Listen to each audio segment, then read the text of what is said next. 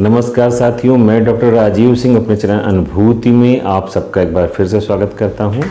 और साथियों, आज जो टॉपिक लेकर मैं आपके पास आया हूं वो बहुत ही इम्पॉर्टेंट है। हमारे डेयरी फार्मर्स और पशुपालन से जुड़े साथियों के लिए उसका बहुत ज़्यादा महत्व है। और हमारा आज का टॉपिक ये है कि क्या पशुओं के कृत्रिम गर्भाधान या नेचुरल इंसेमिनेशन के बाद जो लगाया जाने वाला ठंडा टीका होता है, या हम कहें जो उसको प्रोजेस्टेरॉन का इंजेक्शन लगता है, वो कितना हद तक ज़रूरी है, कि वो नुकसानदेह है, उसके क्या फ़ायदे हैं। इन सब सारी बातों पर आज हम चर्चा करेंगे कि प्रोजेस्टेरॉन का role at the time of AI क्या है। तो साथियों, उससे पहले कि हम अपने टॉपिक पर आगे बढ़ें, मैं आप सबसे रिक्वेस्ट करूंगा कि जिन भी साथियों ने अभी तक भी मेरा चैनल सब्सक्राइब नहीं किया है वो उसको सब्सक्राइब कर लें। और अगर ये वीडियो, ये जानकारी पसंद आती है तो इसे लाइक और शेयर करना ना भूलें। तो साथियों, हम बात कर रहे हैं आज बहुत ही इम्पॉर्टेंट टॉपिक की कि प्रोजेस्टेरॉन जब हम एआई के समय देते हैं तो क्या ये सही है या गलत है। हम सभी जानते हैं कि ये जो गाय और भैंस होते हैं, इनका जो ईस्ट्रस साइकिल है, हीट साइकिल है, पूरा लगभग 21 दिनों का होता है। और 21 दिन में जब आपका जानवर 21 दिन का साइकिल होता है और आपने उसको गर्भाधान कराया, उसको इंसेमिनेट कराया, और उसके बाद अगर वो नहीं कंसीव करता है तो वो फिर अगले 21 दिन बाद गर्म हो जाता है। जब हम अपने पशु को इंसेमिनेट कराते हैं तो उसके बाद हमारी कई बार ये चिंता रहती है कि हमारा पशु ये गाभिन होगा कि नहीं।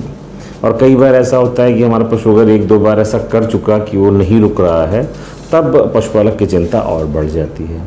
तो उस समय जो आपके घर इंसेमिनेटर आया होता है, जो सीमेंट डाल रहा होता है, या कई बार आप उसको कहीं लेकर गए होते हैं, तो वो आपको सलाह देता है कि हम इसको एक ठंडा टीका लगा दे रहे हैं, इसको हम एक हीट को कम करने वाली या ठंडा करने वाला एक इंजेक्शन लगा दे रहे हैं, जिससे ये आपका पशु रुक जाएगा। तो वो इंजेक्शन क्या होता है? वो इंजेक्शन बेसिकली होता है प्रोजेस्टेरॉन का इंजेक्शन होता है, जो मार्केट में 2 ml या 3 ml के एम्प्यूल में उपलब्ध होता है। 1 ml में 250 mg होता है, यानी 3 ml लगाया जाएगा तो 750 mg प्रोजेस्टेरॉन जो होता है आपके पशु के शरीर में पहुँचता है। अब ये प्रोजेस्टेरॉन तो प्रेगनेंसी हार्मोन है, इसका बहुत बड़ा रोल है प्रेगनेंसी को बनाए रखने में। लेकिन यही प्रोजेस्टेरॉन जब एआई के समय दिया जाता है तो ये बहुत बार आपके पशु के लिए नुकसानदेह होता है। अब मैंने कह तो दिया नुकसानदेह है, लेकिन बहुत सारे लोग लगवा रहे हैं लंबे समय से। वो तो बोलेंगे कि हम तो लगवा रहे हैं और हमें अभी तक हो सकता है कोई इल इफेक्ट इसका ना मिला हो। तो साथियों, ऐसा है कि अगर आपके पास बहुत सारे जो इंसेमिनेटर्स आ रहे हैं और वो आपको प्रोजेस्टेरॉन कह के या कोई इंजेक्शन कह के वो इंजेक्शन लगाते हैं, और फार्मर, हमारा पशुपालक भाई बहुत ज़्यादा जागरूक नहीं है, तो वो कुछ भी लगा देते हैं। उसको मल्टीविटामिन लगा देते हैं, उसको क्लोरफेनरामिन लगा देते हैं, उसको फास्फोरस लगा देते हैं, और फार्मर को सेटिस्फेक्शन के लिए हो जाता है कि हमने इंजेक्शन लगा दिया। तो बेसिकली वो इंजेक्शन जो है वो जानवर को न लग के पशु के मालिक को लगता है, जिससे उसकी थोड़ी सी जेब भी ढीली की जा सके।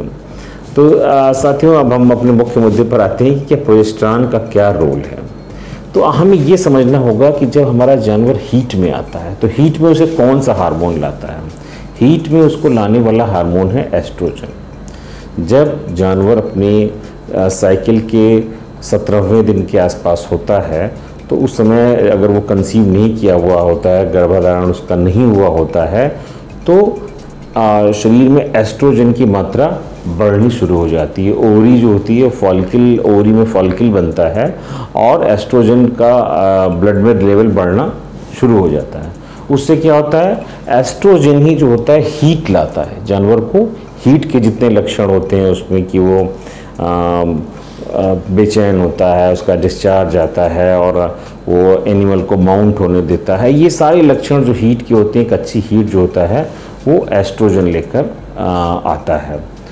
और आपका पशु हीट में है, पता नहीं वो अभी हीट में कितना है, कैसा है, आप उसको लेके गए, आपने उसको कंसीव कराया और उसी समय आपने उसमें एआई कराई और उसके बाद आपने उसमें प्रोजेस्टेरॉन का मान लीजिए इंजेक्शन लगा दिया। तो अब क्या होगा? एस्ट्रोजन के 2 काम थे। एस्ट्रोजन का पहला काम ये था कि आपके जानवर में एक अच्छी हीट लाना और साथ ही साथ जो यूटेरस है, यूटेरस में ऐसे कॉन्ट्रैक्शन पैदा करना कि जब हमने सीमेन डाला तो स्पर्म जो है वो यूटेरस से होता हुआ ओविडक्ट की तरफ जाए, क्योंकि ओवम एग कहाँ से आएगा, एग ओवरी से रिलीज होके वो ओविडक्ट की तरफ आएगा, तो उसी तरफ जो है हमारे स्पर्म का मूवमेंट हो, ऐसा कॉन्ट्रैक्शन यूटेरस का हो, ये एस्ट्रोजन इस बात को सुनिश्चित करता है। दूसरा एस्ट्रोजन क्या करता है? एस्ट्रोजन दूसरी चीज़ ये करता है कि वो LH सर्ज नाम की एक प्रक्रिया करता है। LH एक बहुत ल्यूटिनाइजिंग हार्मोन, एक बहुत इंपॉर्टेंट हार्मोन होता है, और अगर एस्ट्रोजन का जब एक प्रॉपर लेवल पहुंच जाता है, कट ऑफ तक वो पहुंच जाता है, तो बॉडी में LH नाम का एक हार्मोन रिलीज होता है, ल्यूटिनाइजिंग हार्मोन रिलीज होता है। इसको हम मोटा मोटा ऐसा समझ लें कि अगर एस्ट्रोजन नहीं होगा अच्छे अमाउंट में तो LH सर्ज नहीं होगी, और जब LH सर्ज नहीं होगी यानी LH जो ल्यूटिनाइजिंग हार्मोन है ये बहुत बड़े अमाउंट में अचानक नहीं आएगा, तो क्या नहीं होगा, ओवुलेशन नहीं होगा, जो फॉलिकल है उससे एग नहीं निकलेगा, ओवम नहीं निकलेगा। तो हमें ये समझना पड़ेगा कि एस्ट्रोजन का रोल बहुत इंपॉर्टेंट था। उसने दो काम किए, एक तो स्पर्म को उसने यूटेरस से ओविडक्ट की तरफ यूटेरस कॉन्ट्रैक्शन में उसने मदद की जिससे स्पर्म मूव करे, और दूसरा काम वो करता था LH सर्ज, जिससे फॉलिकल आपका मैच्योर हो और उससे ओवम यानी एग रिलीज हो। अब हमने अगर AI के समय, हमने जिस समय वो किया इंसेमिनेशन, या हमने नेचुरली इंसेमिनेट करवाया अपने पशु को, और साथ ही साथ हमने उसको एक 750 mg का प्रोजेस्टेरॉन ठोक दिया, तो अब क्या होगा, अब चूंकि बॉडी में हमने अननेसेसरी गलत समय में प्रोजेस्टेरॉन दे दिया, तो अब तो इस पे स्पर्म के मूवमेंट पे भी वो होगा, चेक होगा उसका मूवमेंट, वो ओविडक्ट की तरफ इतना तेज़ी से जाने में उसमें रुकावट आएगी, इससे भी आपके एनिमल की फर्टिलिटी कम होगी। दूसरा क्या होगा, जो LH सर्ज है, जो LH सर्ज आना था वो भी हो सकता है ना आए या बाद में आए, जिससे क्या होगा, डिलेड ओवुलेशन होगा।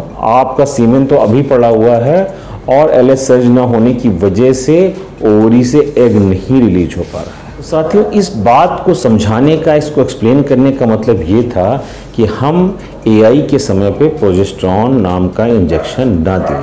जो वो ठंडा इंजेक्शन बोल के आपका इंसेमिनेटर या कोई बताता है कि इसको लगा देंगे तो आपका एनिमल रुक जाएगा, तो आप उसे बोलिए कि आप ये ना लगाएं। देखिए आसपास कुत्ते भौंक रहे हैं, पहले इन्हें चुप हो जाने दीजिए, बहुत दिनों बाद वीडियो बना रहा हूँ और उस पर भी ये डिस्टर्ब कर रहे हैं।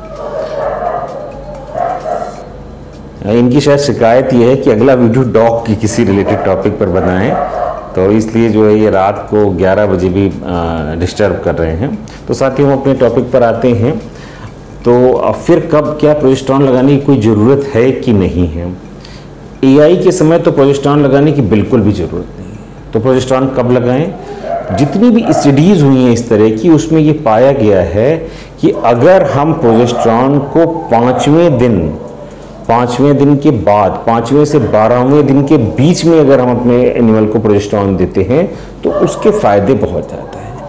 साथियों, हमारे पशुओं में रिपीट ब्रीडिंग की दो मेन वजह होती हैं। उसमें पहली वजह है फेल्योर ऑफ फर्टिलाइजेशन, यानी ओवम और स्पर्म वो मिल ही नहीं पाए, जाइगोट बना ही नहीं, एम्ब्रियो बना ही नहीं। और दूसरी वजह होती है कि जाइगोट और एम्ब्रियो बना, फर्टिलाइजेशन हुआ, लेकिन वो जो एम्ब्रियो बना वो आगे सस्टेन नहीं कर पाया और किसी वजह से न्यूट्रोलाइटिक मैकेनिज्म एक्टिवेट हो गई और वो अबॉर्ट कर गया। और ये मैकेनिज्म अर्ली एम्ब्रियोनिक मॉर्टेलिटी जो है वो 70 से 80% जो है वो देखी गई है पहले 3 हफ्तों में, और ख़ासकर 7th डे से, जो हमने AI किया है उसके 7th डे से 16th डे तक, यानी जो दूसरा हफ्ता है मेनली वो मान लें, उस दौरान इसके होने के बहुत चांसेस होते हैं। तो हमारे लिए उसके लिए सबसे अच्छा ये है कि जो हम प्रोजेस्टेरॉन दे रहे हैं अपने पशु को वो 5वें दिन दे दें या 6ठे दिन दे दें, और इसके बाद जो है 10वें 12वें दिन के आसपास दूसरा शॉट भी हम इसको दे सकते हैं, क्योंकि जो हम प्रोजेस्टेरॉन देंगे वो मोस्टली 2-3 दिन में उसका फिर से लेवल गिर जाएगा, और उसके बाद हम अगर चाहें तो हम उसको एक शॉट और दे सकते हैं, और बाकी फिर कार्पस ल्यूटियम जो है वो प्रोजेस्टेरॉन लेवल को मेंटेन कर लेता है। आज के लिए मेरी जानकारी बस इतनी ही थी। अपने अगले वीडियो में फिर किसी नई जानकारी के साथ फिर मिलूँगा। धन्यवाद।